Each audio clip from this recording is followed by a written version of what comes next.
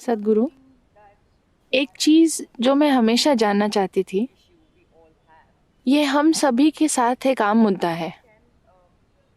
क्या मैं जान सकती हूँ कि आसानी से माफ कैसे किया जाए?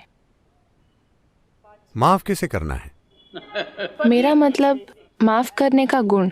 ये एक आम मुद्दा है, लेकिन ये मुश्किल है। नहीं नहीं नहीं, मैं जानता हूं कि आप क्या कहने वाली हैं। देखिए, मुझे आपको माफ करने की जरूरत कब पड़ती है? पहले मैं आपको किसी चीज के लिए दोषी ठहराता हूं, फिर मैं आपको माफ करने की कोशिश करता हूं। इसकी क्या जरूरत है? मैं दोषी ना मानकर बस आपको स्वीकार करूं, आप जैसे हैं उसी रूप में। तो माफ करने का सवाल ही कहाँ है? हाँ, हाँ। ये बेवजह जीवन को जटिल बनाना है। लेकिन जब माफ करने की बात आती है, लेकिन माफ करने की क्या जरूरत है?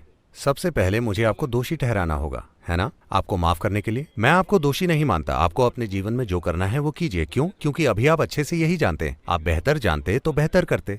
तो आप वो कर रहे हैं जो आप बेहतरीन जानते हैं। मुझे आपको अपने मन में दोषी मानकर फिर माफ करने की क्या जरूरत है?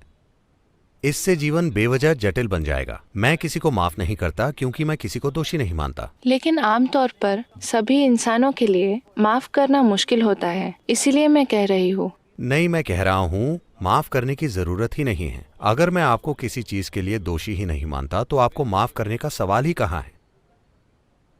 जब मैं आपको स्वीकार करता हूं, आप जैसे भी हैं। तो माफी की ठीक है? जरूरत ही नहीं है। नहीं, मुझे कोई फर्क नहीं पड़ता कि आप कैसे हैं। आप जैसे भी हैं मेरे लिए ठीक है। आप वैसे ही हैं।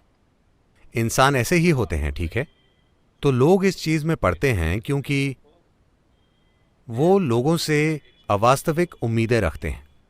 क्योंकि उनकी उम्मीदें अवास्तविक हैं तो वो किसी को दोषी मान लेंगे अपने मन में, और फिर एक दिन वो उन्हें माफ कर देंगे। भगवान मत बनिए। लोगों को स्वीकार कीजिए जैसे आप खुद हैं। आप एक परफेक्ट इंसान नहीं हैं। इसी तरह आपके आसपास भी कोई परफेक्ट इंसान नहीं है। उन्हें स्वीकार कीजिए।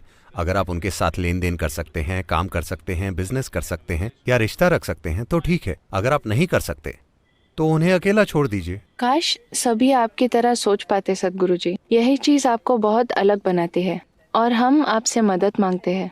नहीं, मैं कह रहा हूं आप बेवजह अपने मन में जटिलता पैदा कर रहे हैं और आप इससे हमेशा संघर्ष करते रहेंगे। क्योंकि एक बार जब आप किसी को अपने मन में दोषी मान लेंगे तो आप जितनी भी माफी की एक्टिंग कर लें यह आपके मन से नहीं जाएगा।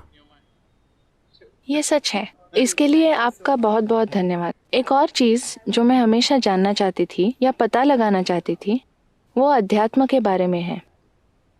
क्या कोई तरीका है या एक निश्चित मार्ग है जिस पर चलकर आप जागरूक हो सकते हैं? तरीका क्या है? अध्यात्म की दिशा में ले जाने वाला मार्ग क्या है? अगर कोई वो मार्ग खोज रहा हो तो? देखिए, अध्यात्म किसी की विचारधारा नहीं है। ये नैतिकता के नियम नहीं है। ना ही ये मंदिर, चर्च या मस्जिद जाना है। आध्यात्मिक प्रक्रिया को ऐसे समझिए। ये शरीर आपने कुछ समय में इकट्ठा किया है। मेरा मतलब आप ऐसे पैदा नहीं हुए थे। आपने इसे धीरे धीरे इकट्ठा किया। कहां से? जो खाना हम खाते हैं उससे। ठीक है? जो भी हम इकट्ठा करते हैं हम दावा कर सकते हैं कि वो हमारा है।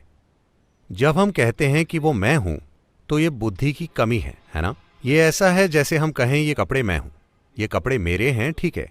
ये कपड़े मैं हूं, ये पागलपन है ना? ये शरीर मेरा है, ये ठीक है। ये मैं हूं, ये पागलपन है। तो अगर आप समझते हैं कि आपने ये शरीर इकट्ठा किया है, आप ये भी समझते हैं कि अपने मन की सारी चीजें आपने इकट्ठी की हैं, तो आपकी मानसिक चीजें आपने इकट्ठी की हैं, आपकी शारीरिक चीजें भी आपने इकट्ठी की हैं। लेकिन आप क्या हैं? वो अब तक अनुभव में नहीं आया है। जब वो अनुभव में आता है तो हम कहते हैं आप आध्यात्मिक प्रक्रिया में हैं। मुझे थोड़ा मुश्किल लगता है जब मैं खुद को देखती हूँ, क्योंकि मैंने कई चीजें आजमाई है। शायद पूरी समस्या यही है कि आप कई चीजें आजमा रहे हैं। हो सकता है। देखिए, अगर आप इस जगह से पानी पाना चाहते हैं तो आपको एक जगह खोदना चाहिए। अगर आप 10 अलग अलग जगहों पर खोद रहे हैं, हर 2 दिन में आप अलग जगह खोद रहे हैं, तो आपके पास कई खड्डे होंगे लेकिन पानी नहीं होगा। सच है। लेकिन बहुत से लोगों ने मुझे सलाह दी है कि वहां पहुंचने के लिए आपको ध्यान करना पड़ता है। जब वैसा करने की कोशिश भी करती हूँ तो ये मुझे उस अनुभव तक नहीं ले जाता जिस अनुभव की मुझे तलाश है। आपको इनर इंजीनियरिंग करनी चाहिए। मैं यही कहना चाहती थी।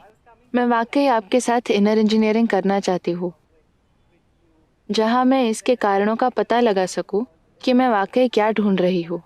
देखिए, बात सिर्फ ये है कि अगर आपका शरीर और मन अभी आपसे निर्देश ले रहे होते तो क्या आप इसे स्वस्थ और खुश रखते? आपका शरीर निर्देश ले रहा होता, अगर आपका मन निर्देश ले रहा होता, तो क्या आप उसे आनंदित और खुश रखते? बस यही है।